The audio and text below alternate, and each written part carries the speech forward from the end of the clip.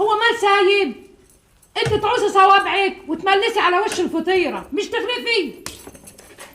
اقل من كده يما يبقى اسمه لحواسي.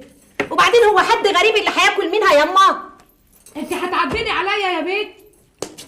بايدك يا مريم. هاتي خدي هاتي.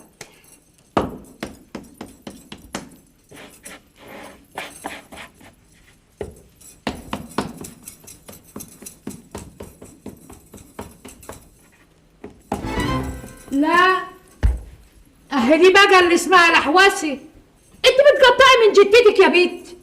يا جنينة عليا وعلى عيشتي السودة، لا كده عاجب ولا كده عاجب. يا اختي حرام عليكي، سيبيني اشوف شغلي بقى. حرمت عليكي عيشتك قليلة التربية. خلاص خلاص بقى ياما، مش انت اللي قلت لها امسكي ايدك اقعدي بقى تعدي. يا حاج درويش، سألتش اخوك عيسى كان بيصرمح فين ليلة البارح؟ يا فتاح يا عليم يا رزاق يا كريم، انا لا تصرمحت ولا تهببت. وديني وما اعبد لكن في يوم من الايام مكسر نافوخك. ليه عمل ايه الواد المهياص ده؟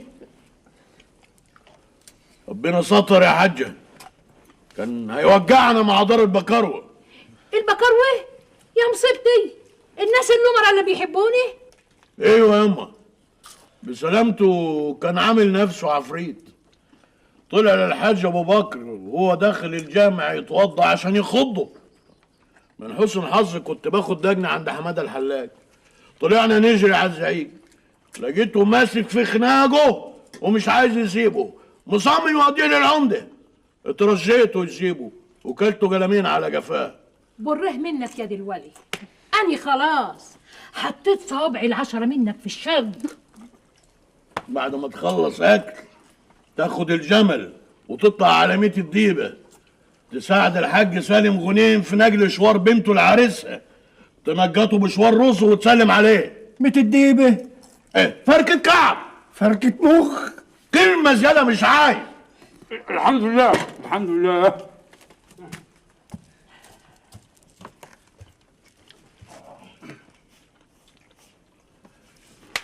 الحمد لله.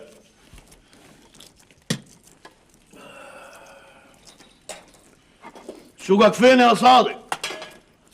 نشرت ان شاء الله، وبعده قلين، وبعده شرين، وبعده صروي، وان شاء الله نعيشنا وكان لنا عمر هكون هنا يوم الثلاث عشان احضر سوق البلد. ربنا معاك. يرجعك سالم غانم. شحال غنمك يا عباقي؟ عندي 4 نعجات مخستكين، يا ريت اخويا صادق ياخدهم معاه يشوف لهم صرفه. ومال طلعهم لي، ولو انهم يعني هيتعبوا من طول المشوار، ما تخليهم لسوق البلد. مفيش غنم هتتباع، أنا هداويهم بنفسي. فرح أخوك عبد العزيز جرب ولازمنا دبايح كتير. يعني ما تذبحوليش غير الغنم التعبانه؟ نشتري عيش. عيش لواحد ما يكفيش. لما يجي الفرح يحلها الحلال يا عبد العزيز.